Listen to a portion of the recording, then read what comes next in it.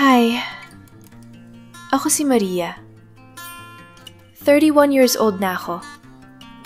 Isang simpleng babae mula sa Pilipinas. Pero heto ako ngayon, nasa abroad. Lumalaban, kumakayod, nabubuhay mag-isa. May halong lungkot. Alam mo, madalas kong marinig mula sa pamilya at mga kaibigan, buti ka pa, nasa ibang bansa ka. Buti ka pa, malaki sahod mo. Kung alam mo lang, hindi lahat ng nakikita mo sa labas, totoo sa loob. Oo, nasa abroad ako.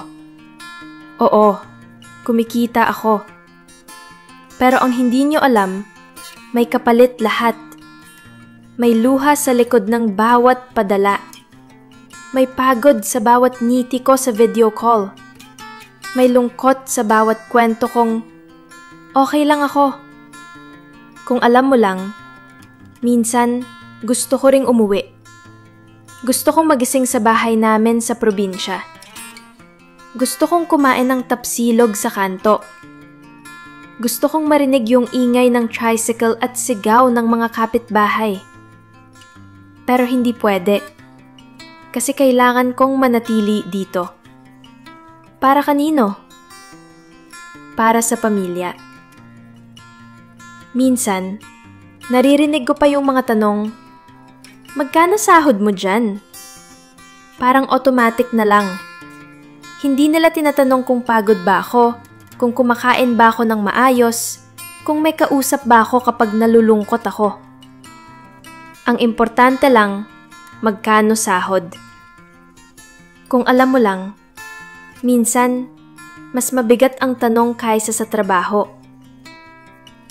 Kung alam mo lang, yung mga gabi na hindi ako makatulog kasi iniisip ko kung sapat ba yung padala ko. Kung kaya ba ng pamilya ko sa Pilipinas ang gastusin. Kung kaya ko pa bang tiisin ang lungkot bukas. Pero alam mo, kahit ganun, babangon pa rin ako. Kasi kailangan. Kasi wala naman akong choice. Kung nakikinig ka ngayon, baka iniisip mo, ganito rin ako. Oo. Kasi kwento ko, kwento rin ng libu-libong OFW. Hindi lahat nakikita. Hindi lahat na ibabahagi. Pero lahat nararamdaman.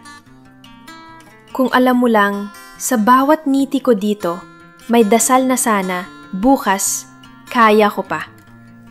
At ito ang simula ng kwento ko. Kung alam mo lang, hindi biro ang trabaho dito. Minsan, 12 hours straight. Walang pahinga. Walang uwi ng maaga. Digising ako ng maaga, aalis ng bahay habang madilim pa, tapos uuwi rin ako na madilim na. Parang wala akong nakikitang araw. At sa bawat araw na ganon, iniisip ko, kailan ulit ako makakaupo sa sala namin sa Pilipinas at makakapagkape kasama si Mama? Sa trabaho, kailangan kong ngumiti. Kailangan kong maging professional. Kahit minsan, hindi ko na maintindihan yung sinasabi ng mga tao sa paligid ko. Language barrier, accent, mga salita na bago sa akin. May konting hiya. Minsan, mauulit ko pa ng 3 o 4 na beses yung tanong bago ko maintindihan. At kapag mali yung sagot ko, mapapaliling sila. Doon ko nararamdaman na dayuhan ako. Kung alam mo lang, hindi lang skills ang labanan dito. Pati accent mo, pati kulay ng balat mo, pati passport mo. May mga pagkakataon na mararamdaman mo na iba ka. Kapag napapansin yung pagkain mo na may bagoong. Kapag tinatanong ka kung marunong ka ba talaga. Kapag tinitingnan ka mula ulo hanggang paa na parang wala kang alam. Kung alam mo lang, minsan, hindi lang pagod ang iniuwi ko, kundi yung pakiramdam na hindi ako sapat. Pero sige lang, laban. Kasi alam ko na, Bawat pawis ko dito, may katumbas na bayad sa Pilipinas. Ito ang pang-tuition ng kapatid ko. Ito ang pambayad sa ospital ni Papa. Ito ang pambili ng bigas sa bahay. At sa tuwing naiisip ko yun, pinipilit kong ngumiti ulit. Kahit ang totoo, gusto ko na lang umiyak. Kung alam mo lang, minsan, habang naglalakad ako pa uwi galing trabaho, umiiyak ako mag-isa. Kasi wala akong mapagsabihan ng sakit ng loob. Wala akong kaibigan na kasing lapit ng mga iniwan ko sa Pinas. Pero alam mo, kailangan ko pa ring tumayo. Kasi bukas, may pasok na naman. At sa abroad, walang puwang ang marupok. Kaya kung nakikinig ka ngayon at nasa ganito ka ring sitwasyon, ramdam kita. Ramdam ko yung sakit ng pagiging malayo, yung pagod ng paulit-ulit na trabaho, at yung bigat ng hindi ka laging naiintindihan. Pero tandaan mo, hindi ka nag-iisa. Kung alam mo lang, mas mahirap pa sa trabaho ang katahimikan pag-uwi. Sa opisina o workplace, kahit paano, maingay. May ingay ng mga pasyente, may tawanan ng mga kasama, may mga utos, may ingay ng makina. Pero pag uwi ko sa bahay, biglang tahimik. Walang sasalubong. Walang magtatanong kung kumain na ba ako. Walang hahawak ng balikat ko para sabihing, okay lang yan. Kung alam mo lang, minsan, habang nakahiga ako, tumitig lang ako sa kisame. At doon, tumutulo yung mga luha na kanina ko pa pinipigilan. Hindi dahil mahina ako, kundi tao ako. Minsan, cellphone lang ang kausap ko. Video call kay mama, tatawa kami saglit, kukumustahin ako. Pero pagkatapos ng tawag, balik ulit sa katahimikan. Parang ang video call, yakap na kulang. May halong lungkot. Nakakatawa nga eh.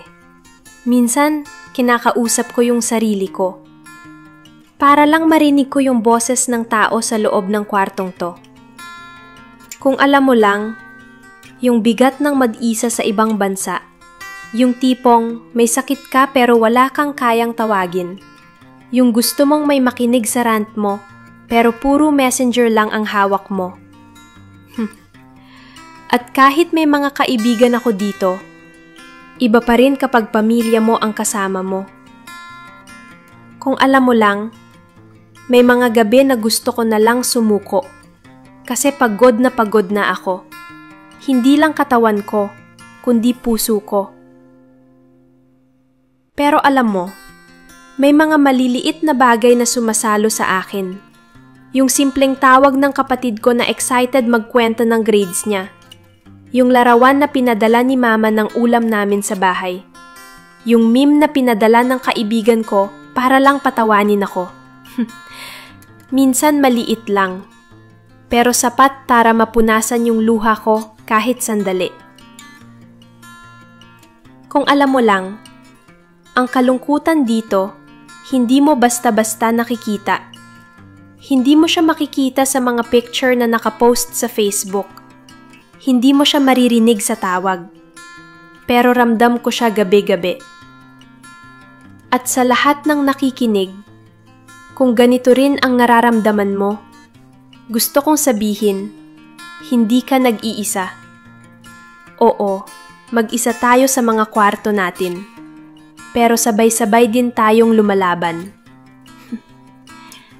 At kahit hindi sapat ang mga salita, sana maramdaman mo na may boses na nagsasabing, kaya mo pa, hindi ka nag-iisa. Kung alam mo lang, at kahit pagod na pagod ako, pag naiisip ko na may batang nakangiti sa Pinas dahil sa akin, parang nawawala yung bigat. Kung alam mo lang, Hindi pera ang tunay na sukatan ng tagumpay ng isang OFW, kundi yung ngiti ng pamilya nila. At tuwing nararamdaman ko yun, nasasabi ko sa sarili ko, okay lang, kaya ko pa. Magtitiis pa ako para sa kanila. Kung alam mo lang, sa bawat taon na lumilipas dito, mas lumalalim yung pagkakaintindi ko sa buhay. Akala ko nung una, sapat na yung sahod. Akala ko kapag nakakapagpadala ako buwan-buwan, automatic, masaya na ang lahat. Pero natutunan ko, hindi pera ang sukatan ng kaligayahan. Oo, malaking tulong ang sahod. Oo, nakakapagbayad ako ng bills, tuition, at nakakatulong sa pamilya. Pero sa bawat padala, may kapalit. Yung mga taon na hindi ko nakasama ang pamilya ko, yung mga okasyong na-miss ko, yung mga luha na hindi ko nabura. Kung alam mo lang, hindi lahat ng malaki ang sahod masaya. Minsan, kahit malaki ang kinikita, mas malaki naman yung lungkot na dinadala. Natutunan ko ring tanggapin na ganito talaga ang buhay ng OFW. Hindi glamorous. Hindi perfect. Minsan, hindi patas. Pero ito yung pinili ko. At ito rin yung tumutulong para mabuo ang mga pangarap ng pamilya ko. May halong lungkot. Kung alam mo lang, ilang beses ko nang tinanong ang sarili ko, hanggang kailan? Hanggang kailan ko kakayanin ang ganitong pagod? Hanggang kailan ko titiisin ang lungkot? Kahit nasa biyahe ka papunta sa trabaho o nakahiga bago matulog, dito sa Keep Up Club, may kasama ka. Sa bawat laban, sa bawat pagod, sa bawat iyak na hindi nakikita ng iba, nandito ako, nandito kami, para ipaalala, hindi ka nag-iisa. Kung alam mo lang, ang tibay mo. Kung alam mo lang, ang tapang mo. Kung alam mo lang, bayani ka, hindi lang para sa pamilya mo, kundi para rin sa sarili mo. Kaya kapit lang. Bukas, may bagong araw. May bagong laban. May bagong pag-asa. At kung wala kang ibang marinig na yun, sana marinig mo to. Kaya mo yan.